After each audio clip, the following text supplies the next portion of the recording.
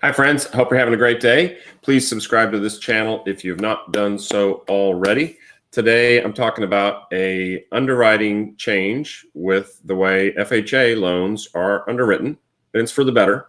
The old school way of counting the payment on a student loan, if the credit report does not show a payment, is to count 1% of the balance against the borrower's debt to income ratio.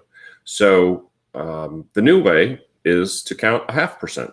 So let's take a look at what that means in reality to a fictional character here. So let's say $300,000 price. Here's the FHA loan amount with the funding fee in it. We're going to say the rate's 3%. Here's the principal and interest, property tax, homeowner's insurance, and mortgage insurance for FHA. These are all based on these prices and the rate, and some rules of thumb for Texas properties on insurance and tax. So that's a total payment of $2,100 in this case. The same person has a car loan of $400. They have, let's say, minimum monthly credit card payments of $200, and in this case, they have $700 in student loan debt that we're counting against them, even though they aren't paying. So they have a $70,000 student loan debt balance. They aren't paying on it for a number of reasons. And it isn't that they're late, it's that they're not required to make a payment. So we count 1% of that towards their debt to income ratio. So in this case, and we're also going to say this person makes $7,000.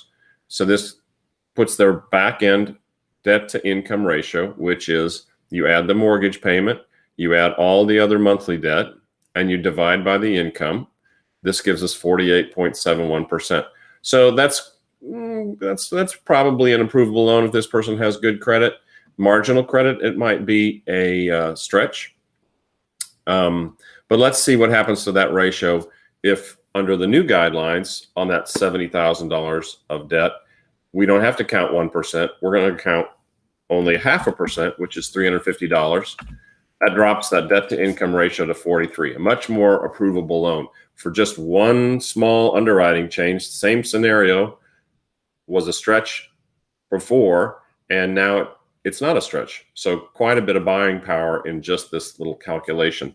Let's go back to see another scenario. Let's say a little smaller sales price. Let's say the person makes $6,000.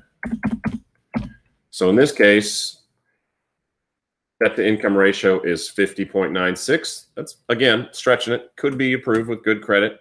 And let's see what happens when we count only 0.5% of that student loan, 45%. Much easier to get approved. So a lot of buying power in this underwriting change by FHA, which we applaud. Thank you, FHA. Reasonably a good move on their part for consumers who are wanting to buy homes. So there you go. If I can answer any questions for you, please reach out, put comments below, and subscribe.